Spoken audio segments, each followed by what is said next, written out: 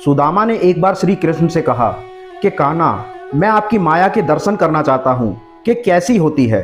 श्री कृष्ण ने टालना चाहा, लेकिन सुदामा की जिद पर श्री कृष्ण ने कहा कि अच्छा, कभी वक्त आएगा तो मैं आपको बताऊंगा। एक बार श्री कृष्ण ने कहा कि सुदामा आओ, चलो गोमती नदी में स्नान करने चलते हैं। दोनों गोमती नदी के तट पर गए, वस्त्र उतारे, दोनों नदी में उतरे। श्री कृष्ण स्नान करके नदी के तट पर आ गए और पीतांबर पहनने लगे।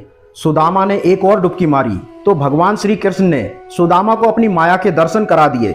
सुदामा को लगा कि नदी में बाढ़ आ गई है और वो बहे जा रहे हैं। सुदामा जैसे तैसे एक घाट के किनारे रुके।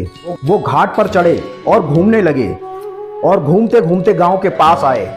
वहां एक हथनी ने उन्हें फूल माला पहना दी और फिर बहुत से लोग एकत्रित हो गए। लोगों ने कहा कि हमारे देश के राजा की मृत्यु हो गई है और यहाँ का नियम है कि राजा की मृत्यु के हथनी जिस भी व्यक्ति के गले में माला पहना देगी वही हमारा राजा होता है। हथनी ने आपके गले में माला पहनाई है, इसलिए आज से आप ही हमारे राजा हैं। सुदामा हैरान कि मैं राजा बन गया और एक राजकन्या से उनका विवाह भी हो गया। कुछ समय बाद उनके 2 पुत्र भी हुए और जीवन प्रसन्नता पूर्वक बीतने लगा। एक दिन सुदामा की पत्नी बीमार हो गई और काल के गाल में प्राप्त हो गई और सुदामा पत्नी वियोग में रोने लगे। राज्य के लोग भी वहां पर पहुंच गए। उन्होंने कहा, आप रोए नहीं, आप हमारे राजा हैं और वैसे भी दुख की कोई बात नहीं, आपको भी रानी के पास ही जाना है। उन्होंने बताया कि यह मायापुरी का नियम है, आपकी पत्नी को चिता में अग्नि दी जाएगी और आपको भी अपनी पत्नी की चिता में प्रवेश करना होगा। और ये सुनकर सुदामा और भी जोर से रोने लगा, लेकिन लोग नहीं माने। सुदामा अपनी पत्नी की मृत्यु को भूल गया और उसका रोना भी बंद हो गया और अब वो स्वयं की चिंता में डूब गया। और जब लोग नहीं माने तो सुदामा ने कहा, चिता में जलने से पहले मुझे स्नान तो कर लेने दो। इस पर कुछ लोग पहरे में सुदामा को नदी में स्नान करने के लिए ले जा रहे थे। सुदामा रोए जा रहे थे और उनके हाथ पैर कांप रहे थे। आखिर फिर उन्होंने डुबकी लगाई और जैसे ही नदी से बाहर निकले तो देखा कि माया नगरी कहीं भी नहीं है। किनारे पर तो कृष्ण अपना पीतांबर ही पहन रहे थे और वे एक दुनिया घूम आए हैं।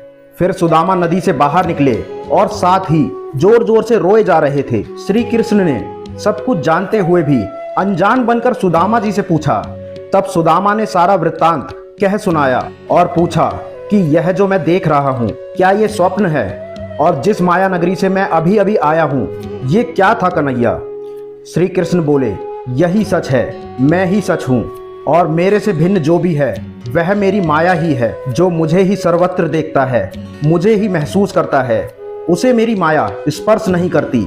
जो श्री कृष्ण से जुड़ा है वो मोह माया में नाचता नहीं है और ना ही भ्रमित होता है।